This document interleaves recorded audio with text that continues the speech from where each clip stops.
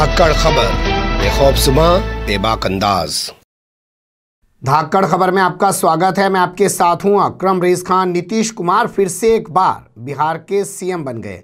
उनके अलावा 14 और मंत्रियों ने मंत्रिमंडल की शपथ ली है, मंत्री पद की शपथ ली है। कैसे इस पूरे सीन को देखा और समझा जा सकता है? पूरे चुनाव के दौरान गायब रहने वाले अमित शाह जो है वो यहाँ शपथ ग्रहण समारोह में मौजूद रहे। सुशील मोदी जो एक लंबे समय से डिप्टी सीएम के पद पर विराजमान थे बीजेपी की तरफ से, वो पहले तो गायब रहे लेकिन एंड टाइम पर नजर आए, लेकिन उनको मंत्री नहीं बनाया गया है। इसके अलावा जो अवामी हिंदुस्तान अवामी मोर्चा है और इसके अलावा जो दूसरी पार्टी है वीआईपी, उसके भी नेता को मंत्रिमंडल में शामिल किया गया है। कैसे देखा और समझा जा सकता है, कुछ सवालात के जरिए आपके सामने रखेंगे। हमारे साथ जूम के जरिए जुड़ रहे हैं सार्थक समय के संपादक ओम प्रकाश अश्क जी। इधर पत्रकारिता में उनका बिहार, अपना झारखंड और बंगाल पूरे इलाके में एक पत्रकारिता का बड़ा नाम है, वो कई अखबारों के संपादक भी रह चुके हैं।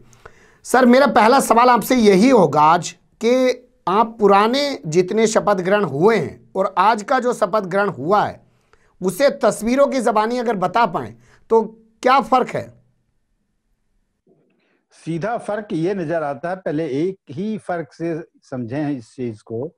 2015 और 2020 जी। 2015 में नीतीश कुमार जब आरजेडी के साथ मिलकर चुनाव लड़ रहे थे, यानी महागठबंधन के साथ चुनाव लड़ रहे थे जी, तो उसमें जब विजय मिली उस समय भी इनको कम सीटें मिली थी, लेकिन इसके बावजूद जी, इतना भव्य समारोह और गांधी मैदान, जो उसको बिहार में ऐतिहासिक गांधी मैदान कहते हैं, उस गांधी मैदान में शपथ ग्रहण समारोह हुआ था।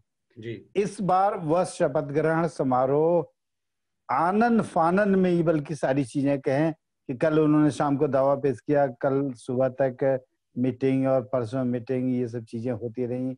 आपस में अंदरूनी चीजें भी अलग अलग घटक दरों की होती रही जी। शाम में उन्होंने अंततः दावा पेश किया और हुआ कि कल मंत्रिमंडल इनका शपथ लेगा, या नीतीश कुमार भी शपथ लेंगे और कुछ मंत्री भी शपथ लेंगे। कल तक संख्या ये 8 बताई गई, फिर कुछ ही पलों बाद ये 15 बताया गया। कुछ देर पहले सुशील मोदी के बारे में कहा गया, कुछ देर बाद सुशील मोदी ने खुद ट्वीट कर क्लियर किया कि नहीं, हम इसमें पार्टी जो भी काम देगी, सीधे तो नहीं कहा कि हमको नहीं बनाया जा रहा है, लेकिन मैं कार्यकर्ता हूं और पार्टी मुझे जो काम देगी, इससे स्पष्ट हो गया कि वो दूसरा काम मिलने जा रहा है जी। तो दो फर्क सीधे सीधे नजर आए कि एक कि पहला कि ये समारोह जो शपथ ग्रहण का हुआ बहुत सीधे साधे और आनन फानन में हुआ। ठीक है। दूसरा फर्क ये कि 15 साल से लगातार साथ रहे सुशील मोदी, वो इस बार नीतीश कुमार के कैबिनेट में नहीं है, जो उनको काफी खला। हालांकि सुशील मोदी ने ट्वीट कर ये बधाई दी नीतीश कुमार को कि 7वीं बार मुख्यमंत्री बनने पर नीतीश जी को बधाई जी। तो यही दो मामले तो सीधे सीधे हैं जिससे जो फर्क बताते हैं कि क्या फर्क रहा इस बार और इसके पहले के जो शपथ ग्रहण समारोह हुए। दिव्य और भव्य शपथ ग्रहण समारोह नहीं हुआ, इसके लिए भाजपा या एनडीए या जेडीयू ये कह सकती है कि कोरोना का दौर चल रहा है, हमने इसलिए दिव्य भव्य नहीं किया। बेशक ये कह सकते हैं, ये कहने के लिए सीधे तौर पर तो यही है, लेकिन सच्चाई ये है कि अंदरूनी भी जंग चलती रही। नीतीश कुमार के अंदर तो बहुत कुछ छल कपट नहीं था, उनके जितने लोग जीते हुए हैं उसमें से उनको चुनना था अपने मंत्री को जी।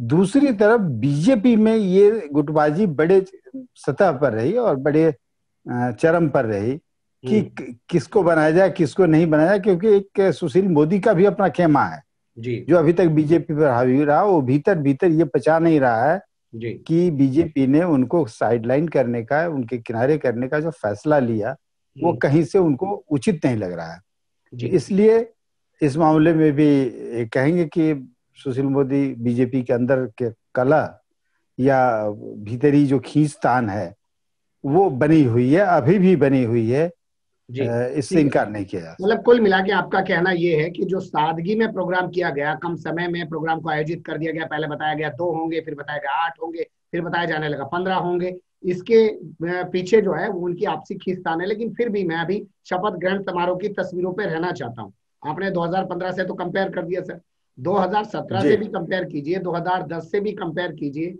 उसको लिहाज से आप कहाँ पाते हैं आज के शपथ ग्रहण समारोह को? फिर भी 2017 का जो आप कह रहे हैं, जो 10 महीने के बाद सरकार गिरी और फिर सरकार बनी, उसमें भी एक उत्साह नजर आता था। दरअसल एक लाइन में कहें तो बिहार में चुनाव हुआ, किसकी सरकार बन रही है किसकी नहीं बन रही है, इन दोनों चीजों में पब्लिक में कोई उत्साह नहीं है। वो उत्साह पब्लिक में भी नजर आता था, वोटर्स में भी नजर आता था। इस बार वोटर बिल्कुल खामोश है और एक तबका वोटर का जो है जिसको कम करके नहीं आंक सकते, वो भीतर भीतर खफा है। और कैसे खफा है इसका सीधा उदाहरण यह है कि तेजस्वी यादव आमतौर पर जो सेकंड लेयर की पार्टी होती है, दूसरे स्तर की जो पार्टी होती है, उसके नेता को बुलाया जाता है। तेजस्वी यादव को बुलाया गया, उन्होंने शपथ ग्रहण समारोह में जाने से इनकार कर दिया। एक नैतिक रूप से ऐसा होता रहा है कि विपक्ष के लोग भी समारोह में शामिल होते हैं। कांग्रेस की उन्होंने न्योता ही नहीं दिया, चिराग तो उनके जानी दुश्मन है, उनको देने का सवाल ही नहीं था। तो इस तरह कुछ लोगों को तो इन्होंने न्योता ही नहीं दिया। मतलब लगा कि यह भी एक जनरल वोटर का या जनरल चुनाव है, उस तरह से इसको ट्रीट किया शपथ ग्रहण समारोह को। और तेजस्वी का ना आना, जाहिर है कि उनके वोटर में भी उत्साह नहीं है। जी। तो कई सारे फर्क हैं जिनके बारे में आपने बताया। बात करते हैं नीतीश कुमार को लेके। आज के जो शपथ ग्रहण समारोह में कुल 15 लोग मंत्री बने हैं। अगर नीतीश कुमार की भूमिका को पिछले जो इतने भी कार्यकाल उनके गुजरे उसके हिसाब से मापा जाए तो मुझे लगता है आज नीतीश कुमार मंत्रिमंडल बनने के बाद बौने साबित हुए हैं सर। बेशक ये चीजें 2-3 दिन में एक जगह सिर्फ उनको उस जिद पर अड़े रहना पड़ा, जिसकी वजह से बीजेपी के लोग उनको मनाने गए थे कि 43 सीटों के बावजूद आप सीएम का पद स्वीकार कीजिए और 75 सीटों के बावजूद हम लोग आपके साथ रहेंगे। इस पर वो मानने के लिए तैयार नहीं थे, लेकिन उनको शायद ये एहसास हुआ कि ये तो हमारे पीछे चल पड़े हैं। लेकिन आहिस्ता आहिस्ता बीजेपी ने उनके पर कतरने शुरू किए और पहला पर कतरने का काम कि उनके जो दाहिने हाथ जो बीजेपी कैंप में माने जाते थे सुशील मोदी को सबसे पहले साइडलाइन किया। एक भावना पहले, मतलब एक हाथ काट देना जिसको कहें, इसको भले उस पार्टी में जेडीयू में नहीं थे सुशील मोदी, बीजेपी के आदमी थे, लेकिन उनके साथ जो हुआ वो उनका दाहिना हाथ काटना हुआ। ठीक है। दूसरा कि मंत्रियों में ये नहीं कहा कि आप मुख्यमंत्री की सबसे बड़ी कुर्सी ले लीजिए, लेकिन उप मुख्यमंत्री मेरे लिए छोड़ दीजिए। और एक नहीं दाएं और बाएं दो लोगों को बैठा दिया। यानी मुख्यमंत्री अगर कोई फैसला लेते हैं, अगर 3 की राय से कोई फैसला लेना है तो 2 वोट तो बीजेपी के पास है, 1 वोट सीएम के पास होगा, तो 2-1 से वो फैसला खारिज भी हो सकता है, नहीं ले सकते हैं। तो ये दूसरा। तीसरा कि मंत्रिमंडल का जो गठन हुआ और उसमें से भी पुराने लोगों में से एक नंदकिशोर यादव भी सुशील मोदी कैंप के माने जाते थे, उनको किनारे करने के बाद उनको जो जिम्मा दिया गया नंदकिशोर यादव को कि लगातार वो मंत्री बनते रहे हैं और इस बार उनको विधानसभा अध्यक्ष के रूप में प्रोजेक्ट कर दिया गया। यानी बीजेपी की शर्तों पर नीतीश कुमार बौने साबित हो रहे हैं कि स्पीकर का पद भी ले लिया, 2 डिप्टी सीएम अपने बैठा लिए। नीतीश कुमार जो है आज उस तरीके से जलवे में नहीं दिखाई दिए, आपने बताया ही है जिस तरीके के जलवे के लिए वो जाना जाते हैं। लेकिन मैं एक सवाल भाजपा को लेकर समझना चाहता हूं। भाजपा ने ज्यादातर नए लोगों को मंत्री बनाया है, तो क्या वो 2024 पे अभी से निशाना लगा रही है, या वो जो पुराने लोग हैं, जो हो सकता है कि सुशील मोदी बाहर हो लेकिन फिर भी सुशील मोदी के प्रभाव में काम करें, नीतीश कुमार की तरफ झुके रहे, उसको कम करने के लिए नए लोगों को लाया गया है? क्या स्ट्रेटेजी हो सकती है सर? ये दोनों जो आप कह रहे हैं, ये दोनों ही स्ट्रेटेजी है। बिहार में बीजेपी 2024 देख रही है, 2025 देख रही है, उसके पास ये 2 अवसर होंगे और इन दोनों अवसर के लिए उसको चाहिए कुछ नए चेहरे की तलाश थी। दरअसल माना ये जा रहा था कि बिहार में बीजेपी सुशील मोदी ने गिरवी रख ली है और सुशील मोदी जैसे चलाना चाहते हैं वैसे चलाते हैं जी। इस बार बीजेपी ने उस बात को समझा है शायद, और यही वजह है कि सुशील मोदी को सबसे पहले किनारे कर दिया जी। अब उनका गिरोह टूटा कि अगर कोई छत्र छाया या संरक्षण की बात आएगी तो वो नहीं। दूसरे जो नए लोग जो आए हैं उन नए लोगों को बीजेपी के लोगों ने टिकट दिया जी। उनको मंत्री भी बनाया, यानी नए चेहरे पर बीजेपी खेलना चाहेगी कि कोई बात भी हो तो अनुभव की कमी करके उसको सलटाया जा सके। लेकिन बीजेपी की रणनीति बिल्कुल 2025 और 2026 की है। नीतीश कुमार की अंतरात्मा भाजपा द्वारा बनाए जा रहे इस दबाव को कब तक झेल सकती है, क्या लगता है आपको? ये इसका जवाब देना थोड़ी जल्दबाजी होगी जी। लेकिन नीतीश कुमार को जानने और समझने वाले लोग जी। नीतीश कुमार ने एक आरोप लगा तेजस्वी यादव पर जी कि उनके पास संपत्ति है और अवैध संपत्ति है जी। तो यह कहकर उनकी अंतरात्मा जाग गई जी कि ये पब्लिक में जाएं और सार्वजनिक तौर पर ये सफाई दें कि ये गलती हुई है या नहीं हुई है, क्या मामला है क्या नहीं है। जी। पहली बात। दूसरी बात, उन्होंने यह भी कहा कि जिस तरह बाद के दिनों में कहा कि जिस तरह के दबाव में वो उन्होंने उतने दिन शासन चलाया जी। वो उनके लिए बड़ा मुश्किल काम था, उसे आगे कंटिन्यू नहीं कर सकते, तो बीजेपी को चुनाव किया उन्होंने। जी। इस बार वही स्थिति जी जैसे जैसे दिख रही है, जो सीन दिखाई दे रहा है कि बीजेपी जिस तरह से चारों तरह से आवरण में, ठीक है एक बड़ी कुर्सी पे बैठा के, लेकिन मकड़े के जाला की तरह चारों तरफ से वो छा जाए तो वो निकल भी नहीं सकते, छटपटाते रहेंगे। तो अंतरात्मा कब जागेगी, किस वक्त जग जाए, ये कहना बड़ा मुश्किल है, लेकिन अंतरात्मा जगेगी, वो अनुकूल अवसर की तलाश में होंगे। वो अनुकूल अवसर, जी हाँ बिल्कुल, जी अनुकूल अवसर की तलाश में होंगे और हो सकता है उस वक्त उनकी अंतरात्मा जग जाए। पर मुझे लगता है हम ये अंतरात्मा कहकर कुछ गलत जो है पेश करने की कोशिश करते हैं, क्योंकि आप देखिए जिन्होंने उनको खुले मंच से सबसे पहले गारंटी दी थी कि कम सीटें आने के बाद भी सीएम जो है नीतीश कुमार ही बनाए जाएंगे, वो अमित शाह पूरे चुनाव से गायब रहे, लेकिन आज शपथ ग्रहण समारोह में उन्होंने पहुंच के शायद नीतीश कुमार को यह भरोसा दिलाया कि देखो जो हमने कहा वो हमने किया, तुम्हें सीएम बना दिया। बिल्कुल, ये रणनीति वही थी कि हम आपके साथ हैं। कैसे साथ हैं कि जब जिस समय ये बात उठ रही थी कि इनका सीएम होगा कि किसका सीएम होगा, दोनों ही बातें अमित शाह ने कही थी। आपको याद होगा अगर रिकॉल कर रहे हैं जी कि जब ये सवाल उठ रहा था तो अमित शाह ने ही ये घोषणा की, तब वो हालांकि अध्यक्ष पद छोड़ चुके थे जी। तो वो आए थे और वैशाली में उन्होंने सार्वजनिक तौर पर कहा कि नीतीश जी ही हम लोगों के नेता हैं और इन्हीं के नेतृत्व में चुनाव लड़ा जाएगा, मुख्यमंत्री का चेहरा यही होंगे। दूसरा कि बीच में भी जो बयान आया कि अगर हमारी सीटें ज्यादा भी होती हैं, ये अमित शाह का ही बयान था, तो नीतीश जी ही मुख्यमंत्री होंगे इसके बावजूद। तो ये दो चीजें कही, और तीसरी बार उन्होंने शपथ ग्रहण समारोह में शिरकत कर यह उनको अपने टटोलने की कोशिश की है, उनको विश्वास जीतने की कोशिश की है कि हम आपके साथ शुरू से खड़े रहे हैं, तब भी खड़े थे, आज भी खड़े हैं, यही दर्शाने की कोशिश की है उन्होंने। हालांकि इतना शॉर्टकट यात्रा पर आए कि सुबह आए दिन में आए, बल्कि सुबह नहीं कहेंगे दिन में आए और शाम में चले गए।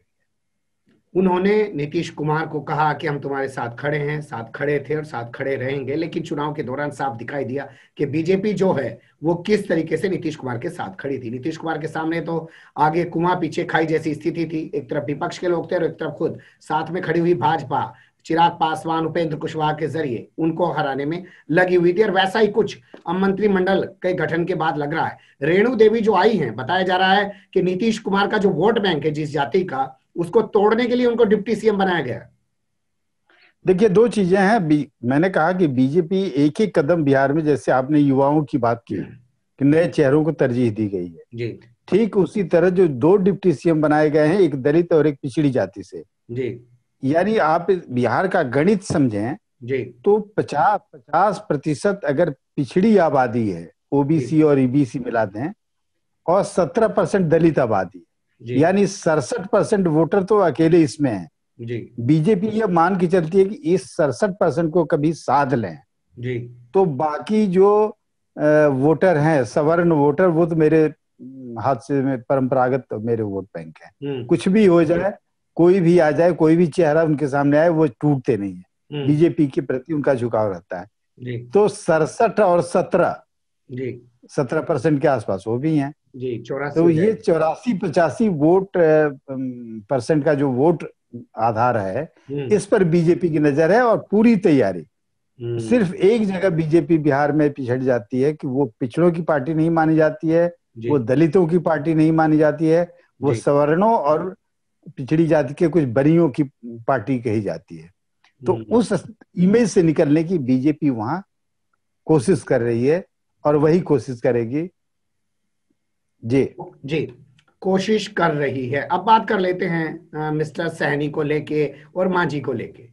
जो जीतन राम मांझी, उन्होंने तो पहले ही साफ कर दिया था, भैया मैं तो सीएम रहा हूं तो मंत्री तो बनूंगा नहीं, यानी कि उन्होंने साफ कर दिया सीएम ही बनना चाहेंगे। अपने बेटे को उन्होंने जरूर बनवा दिया, उनका बेटा आरजेडी के सहयोग से एमएलसी है सर।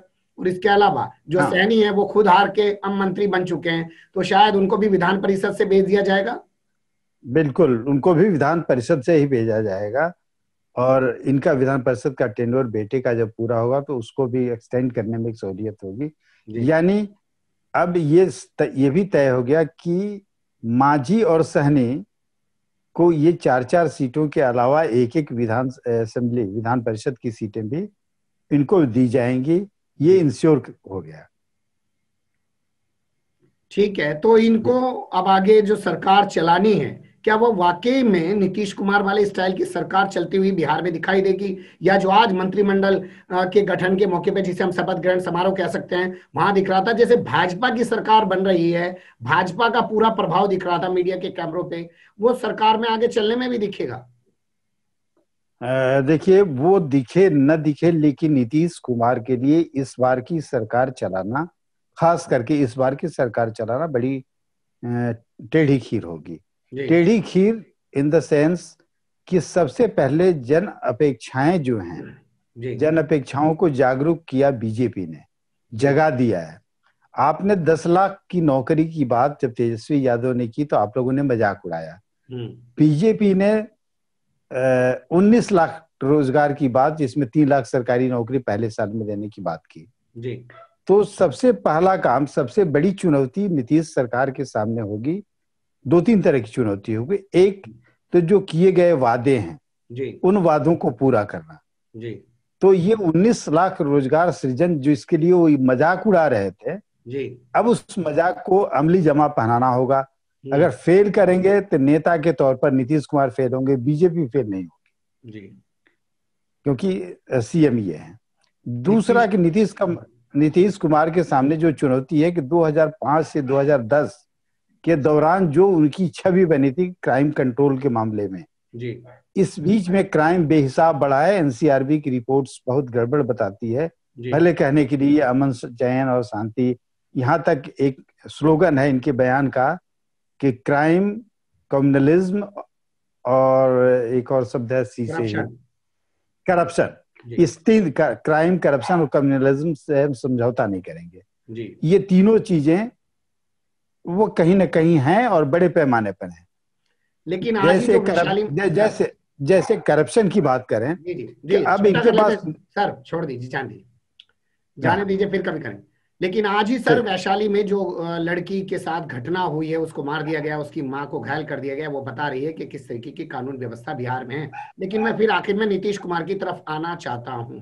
नीतीश कुमार आज के इस मंत्रिमंडल विस्तार के बाद, या यूं कहें मंत्रिमंडल का जो गठन हुआ है, इसके बाद आप नीतीश कुमार को पिछले 15-20 साल के नीतीश कुमार के हिसाब से अगर मापे तो एक पत्रकार के नजरिए से कहां पाते हैं?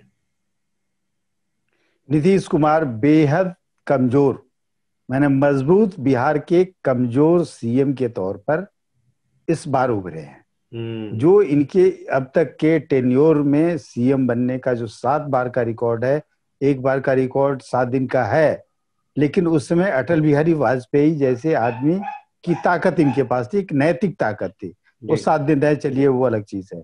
लेकिन उसके बाद जब ये मुख्यमंत्री बने हैं, जिस कॉन्फिडेंस के साथ चीजें ये करते रहे, बोलते रहे, बात करते रहे, वो इस बार के चुनाव परिणाम के बाद से, बल्कि चुनाव के दौरान ही वो चीजें दिखने लगी थी, उनके चेहरे के हाव भाव, उतार चढ़ाव, जिसमें यहाँ तक कि उनको अंतिम मार्मिक अपील करनी पड़ी, ये मेरा आखिरी चुनाव है और भला तो सब भला, अंत भला तो सब भला।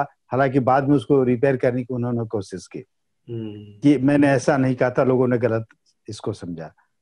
तो ये चीजें, वो उत्साह उनके अंदर खुद नहीं है, वो क्या करेंगे, किसी तरह वो बीजेपी के इशारे पर, चूंकि अभी तत्काल उनके पास कोई रास्ता नहीं है जी, जब तक वो कोई पुख्ता रास्ता नहीं मिलता है, जिसको हम लोग बार बार अपने शब्दों में कहते हैं कि उनकी अंतरात्मा जगती है, तो उनकी अंतरात्मा अनुकूल अवसर की तलाश में है। जिस दिन वो अवसर मिल जाएगा उस दिन वो बीजेपी से उनको अलग होने में इसलिए नहीं देर लगेगी कि सैद्धांतिक तौर पर 2014 में हम देख चुके हैं जी। 2014 में उन्होंने सरकार कैसे गिराई और किस कदर वो नरेंद्र मोदी के खिलाफ रहे, एक अपना उसूल कायम किया।